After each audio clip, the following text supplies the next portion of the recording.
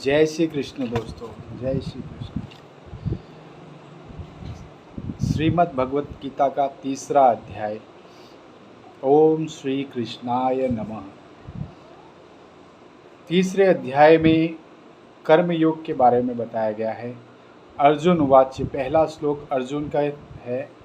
अर्जुन वाच्य, जायसी चेत कर्मण्यस्ते मता बुद्धि जनार्दनम तात्किं कर्मणि घोरे मानियोजसे केशव।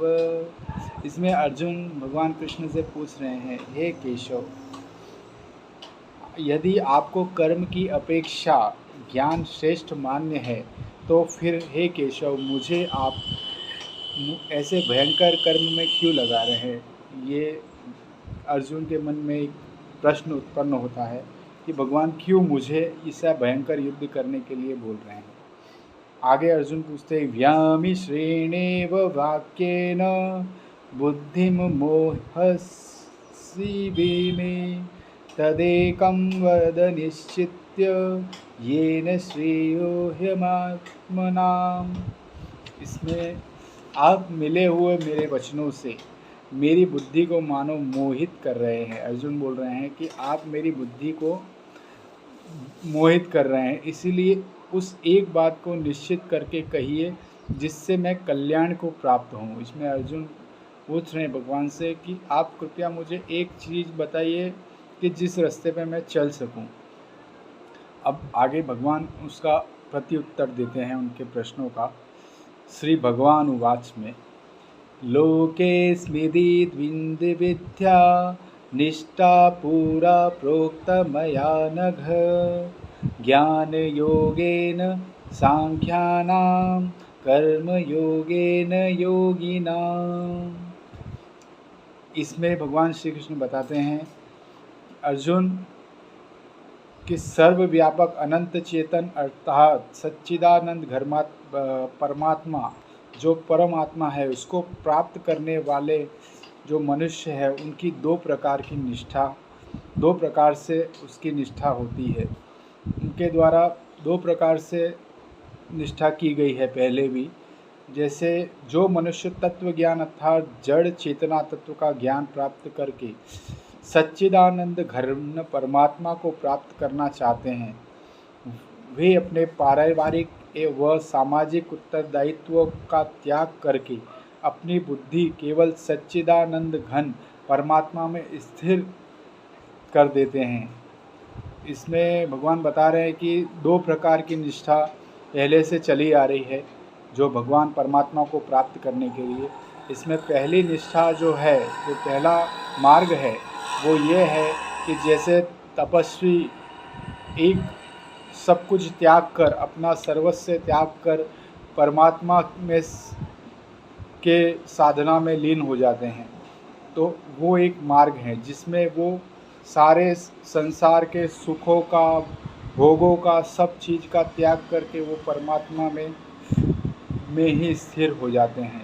आपने भी कई ऋषि मुनियों का देखा होगा बहुत सारी जगह कि वो सालों तक साधना में ही लगे रहते हैं, भगवान का एक चित्त होकर साधना करते हैं।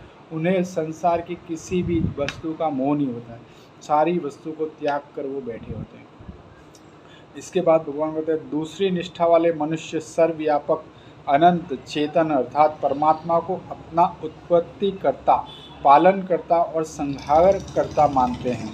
तो मतलब दूसरा जो मार्ग है उसमें जो मनुष्य हैं वो परमात्मा को तीन रूप से मानते हैं। जो परमात्मा उसको पैदा कर रहा है, परमात्मा ही उसको पालन कर रहा है और परमात्मा ही उनका विनाश करता है।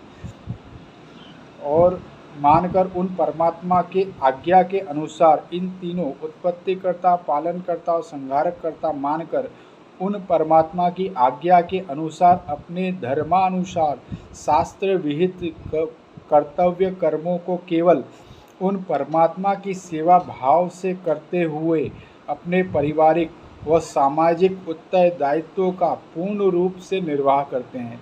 तो ऐसे योगी जो के संसार में रहते हुए, सभी कर्म करते हुए, एक शास्त्र के अनुसार शास्त्र विहित कर्तव्य कर्मों को करते हुए, सत्कर्मों को करते हुए भगवान की साधना करते हैं, ऐसे लोगों को कर्मयोगी कहा गया है। तो आपने बहुत से कर्मयोगी राजा को देखा होगा, जैसे बहुत से राजा हुए, भीष्म पितामह हुए, राजा राम हुए, कृष्ण हुए। ये एग्जाम्पल स्वयं भगवान ने सेट बताया हुआ है जन्म लेके कि किस प्रकार कर्मयोग में उन्होंने बताया। कृष्ण भगवान ने अपना जीवन कर्मयोगों को समर्पित किया है।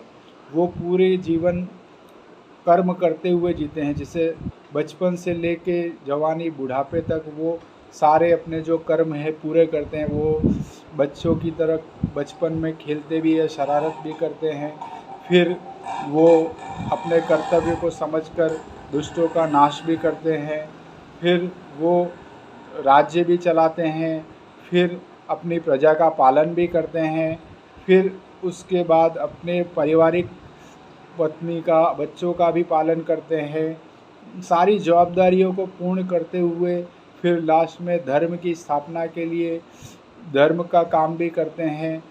तो ये पूरे भगवान ने अपने जीवन से, श्री राम ने भी अपने जीवन से सारी कर्मयोग के बारे में बताया है। तो ये दो प्रकार की निष्ठा भगवान बताते हैं कि एक सांख्य योग, जिसमें कि तपस्वी की भांति सब कुछ त्याग कर मनुष्य भगवान में लीन हो जाता है। वो किसी चीज़ का उसको मोह या लालच नहीं होता है। दूसरी निष्ठा कर्म योग है, जिसमें आप अपने सारे कर्म करते हुए भगवान का स्मरण करते हुए जीवन जीते हो, जिसमें आप जो शास्त्र विहित कर्म हैं, जो शास्त्रों में विहित मतलब जो सत्कर्म करते हुए आप जीते हैं, पाप से दूर सत्कर्म जो करते हो, सभी प्राणियों की आप सहायता करते हो, सभी प्राणियों पर दया करते हो और सब जीवों को, सब पदार्थों का आप संतुलन बना के चलते हो, वैसे लोग योगियों को कर्म योगी कहा जाता है। जय श्री कृष्ण। ये बहुत ही महत्वपूर्ण बात भगवान ने बताई। छोटे से एक ही वाक्य में उन्होंने इतना बड़ा सारांश बताया है कि आप आज के युग में हर कोई अपना कर्म करते हुए भी भगवान को प्राप्त कर सकता है। तो ये भगवान ने बहुत ही सुंदर बात इसमें कही है। ऐसा ज़रूरी नहीं है कि आप भगवान को प्राप्त करने के लिए आप जंगल में चले जाएं, तपस्या करें तो ही भगवान प्राप्त होंगे। इसमें लिखा हुआ है कि कर्म योग से भी आप भगवान को प्राप्त कर सकते हैं। आप सत्कर्म करते हुए, शास्त्र विहित कर्म करते हुए, आप अपना परिवार का पालन करते हुए भी अगर आप सत्य मार्ग पर है और भगवान का ध्यान करते हुए अपना जीवन यापन कर रहे हैं, तो भी भगवान आपको परमात्मा की प्राप्ति हो सकती है। जय श्री कृष्ण।